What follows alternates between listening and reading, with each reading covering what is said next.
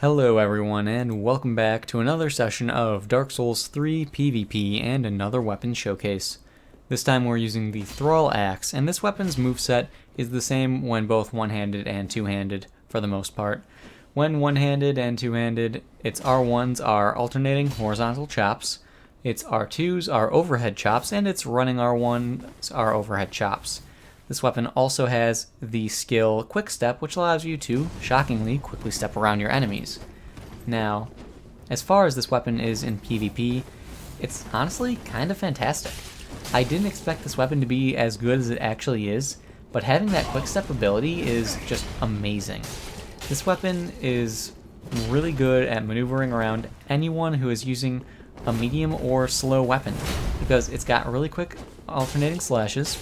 It can cover a decent area in front of it, and you can quickly dodge out of the way of a lot of attacks. You can do a lot of really silly dodges with this thing because of that quick step skill, but more on that later. So, getting started with the basics on the weapon. It requires 8 strength and 8 dexterity in order to wield. When fully upgraded, its physical base damage is 208, and it has a C scaling in both strength and dexterity. That said, I made mine refined. I infused it with the refine infusion. Its attack rating goes down, its base damage rather goes down to 182, but it gains a B scaling in both strength and dexterity, and that really does completely make up for it. So it's perfectly fine. Now, with this weapon, the bread and butter of it is of course the Quickstep. That is hands down the best thing about it.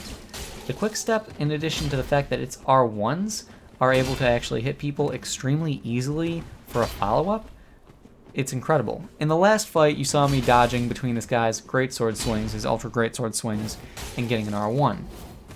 And I was able to dodge in, pass the swing, R1, and then dodge before his next swing even started to come out. And they were perfect clean dodges. The only downside to that is that if the person realizes what you're doing, they actually do have time to parry you, as he took advantage of. So that fight couldn't make for a better example of the dangers of relying on that technique alone. That said, most people don't realize that that's a possibility. And with this weapon and the damage that it has, they panic a little bit. They see you moving around quickly, you're dodging their attacks reliably, and you're hitting them for some decent damage, and that can be a little bit terrifying in all honesty. If you were to take this weapon and buff it, then you could do some real crazy damage, and that's a good thing. Now, as far as other pros of the weapon, aside from the Quickstep, aside from its speed, and all of that, there really isn't much. It's a fast weapon, it's got some good damage to it.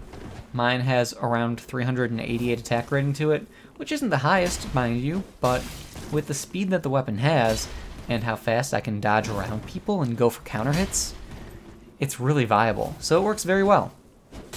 That and the guaranteed 2 hits, I mean, it builds up damage quickly. You can't really ask for more. That said, there are ways the weapon could in fact be better.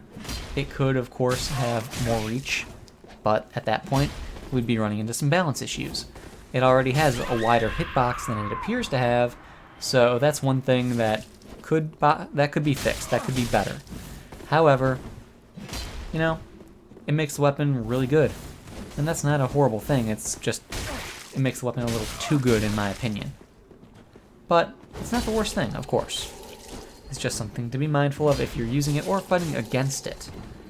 Now, other cons of the weapon, even though its hitbox is wider than it would seem, it is going to be still very short. And I liked that fight. That was a great fight. Fighting against my own weapon, gotta love it. But yes, the hitbox, the range, it is very short. Even though it's longer than it would seem, that's not something you can easily rely on. You cannot also constantly rely on your quick steps either, simply due to the fact that, one, like I mentioned earlier, if you get a little overzealous with it, they can parry you, and 2, you still can be damaged. You can still be hit out of your quick steps. That said, I am 99% certain that wearing the Karthus Blood Ring does in fact improve your invincibility frames while using the Quickstep. That's a really, really good thing. You get a ton of invincibility frames by doing that, so it works very well. That's what helps me pull off a lot of these really silly dodges that I have. So, something again to keep in mind. That said, your defense will suffer horribly for it, but that could very well be worthwhile. I mean, it let me flawless a few people, so I can't really complain. Either way though, guys, this is the last fight, and that's really all I've got for the weapon. It's really straightforward. You've got the ability to Quickstep, which is the best thing ever with this weapon. You've got relatively quick attacks, short reach, decent damage. Overall, it's a really fun weapon to use. If you haven't tried it out, I'd recommend it. But either way, guys, I hope you all have enjoyed the video, found it helpful in one way or another. Please like, subscribe, and all of that good stuff, and I will see you guys next time.